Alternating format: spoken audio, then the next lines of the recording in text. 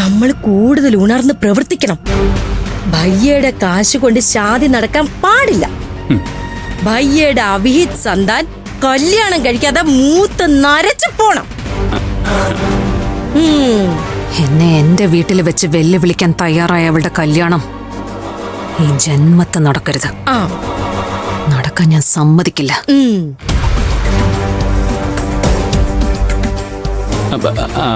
Mummy, ഞാനും കീർത്തിയും കൂടി വിരുന്നിന് പോകുന്ന മട്ടിൽ അവളുടെ നാട്ടിലേക്ക് പോയി ആ കല്യാണം മുടക്കിയിട്ട് വന്നാലോ?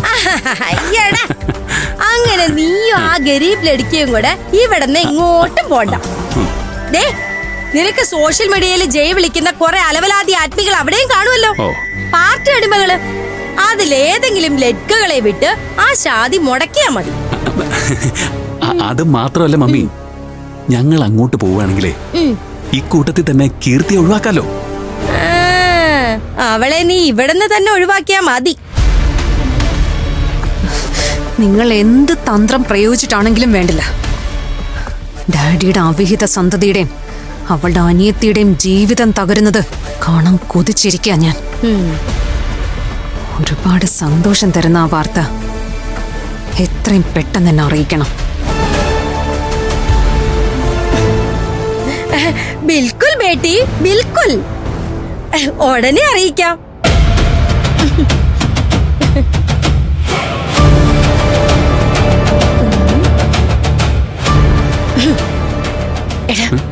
ആ 2 ലഡ്കകളെയും വഴിയാധാരാക്കിയാൽ ചൈത്ര ബേട്ടിയുടെ മനസ്സിലേക്ക് നിനക്ക് വീണ്ടും പിടിച്ചു കയറാം.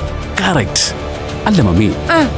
അതിന് ഏറ്റവും നല്ലത് ഞാനും കീർത്തിയും വിരുന്നിന്റെ പേരും പറഞ്ഞ് അങ്ങോട്ടേക്ക് പോകുന്നല്ലയോ? നീ കീർത്തിയെ കൊണ്ട് പോവാൻ പ്ലാൻ ചെയ്യുന്ന എന്തിനാന്നൊക്കെ എനിക്കറിയാം. ആ കൗശലേ നിന്റെ മനസ്സിൽ തന്നെ ഇരിക്കട്ടെ. ഞാൻ സമ്മതിക്കില്ല. സമ്മതിച്ചാ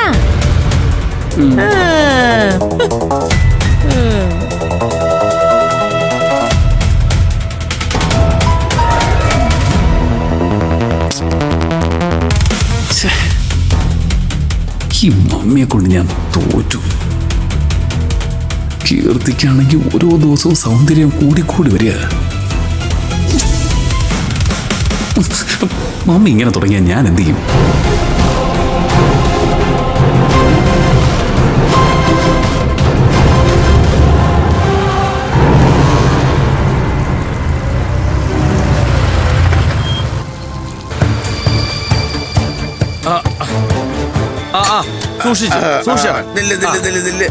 ഞാൻ ആദ്യം കാലെടുത്ത് വെക്കട്ടെ. ഈ കാല് ഞാനൊന്ന് ഊരി എടുക്കട്ടെ. ഒരു സെക്കൻഡ്.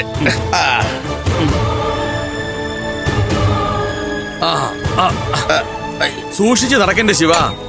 കംപ്ലീറ്റ് റെസ്റ്റ് വേണോന്നല്ലേ ഡോക്ടർ പറഞ്ഞിരിക്കുന്നേ? എന്നെ അച്ഛൻ തന്നെ സൂക്ഷിച്ച് അകത്തെവിടെയെങ്കിലും കൊണ്ട് വെച്ചാ മതി. ഗോപ, ആരാ ഗോപ ഇത്? ഇതെന്റെ ഭാവി വരുമോനാ. ശില്പയില്ലേ, ശില്പയുടെ ആള്. പേര് Shivanandan. Hello, glad to meet you. ഇതെന്താ കാലിൽ പ്ലാസ്റ്റർ ഒക്കെ ഇട്ടിരിക്കുന്നേ? അതോ ശില്പയവനും കൂടി സേവ് ദ ഡേറ്റ് വീഡിയോ എടുക്കുമായിരുന്നു. അതിനിടയില് 2 പേരും കൂടി ഓരോ ചാബല്യങ്ങൾ കാണിച്ചപ്പോ ഉരുണ്ടു വീണ് ശിവന് പരിക്ക് പറ്റി. അത്രേ ഉള്ളൂ. ശില്പക്കുട്ടിക്ക് കുസൃതി ഇത്തിരി കൂടുതലാ. അത് താങ്ങാനുള്ള ശക്തി എനിക്കില്ലാതായി പോയി. എന്ത് ചെയ്യാനാ, ഇന്നത്തെ കാലത്തെ പെൺകുട്ടികൾക്ക് ഒരു ഒളിവും അറിയൊന്നും ഇല്ലല്ലോ. കലികാലം. ശിവന്റെ വീട്ടിലാണേലേ വേറെ ആരുമില്ല, ഒറ്റ തടിയാ. അതുകൊണ്ട് ഇവരുടെ കല്യാണം കഴിയുന്നത് വരെ ഇവിടെ വിശ്രമിക്കട്ടെ എന്നങ്ങ് തീരുമാനിച്ചു. നാട്ടു നടപ്പ് അങ്ങനെയല്ലല്ലോ ഗോപകുമാറെ. നാട്ടുകാരത് ഇതും പറയില്ലേ? ഓ, നാട്ടുകാര് അവരല്ലല്ലോ ചെലവിന് തരുന്നേ. പോയി പണി നോക്കുന്നേ. നീ വാ മരുമോനെ, വാ.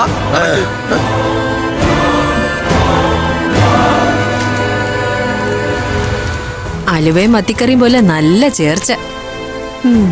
അവൾക്ക് ഇഷ്ടമാണെങ്കിൽ കല്യാണം നടത്തി കൊടുക്കട്ടെ. നമ്മൾ എന്ത് ചെയ്യാനാ? ഈ ശിവാനന്ദൻ ആരെന്ന് മനസ്സിലായോ? ഭാര്യയെ ചവിട്ടിക്കൊന്നേനെ ജയിലിൽ കിടന്നവനാ. എന്നാൽ ശില്പയ്ക്ക് ഈ ദുർബുദ്ധി തോന്നിയല്ലോ.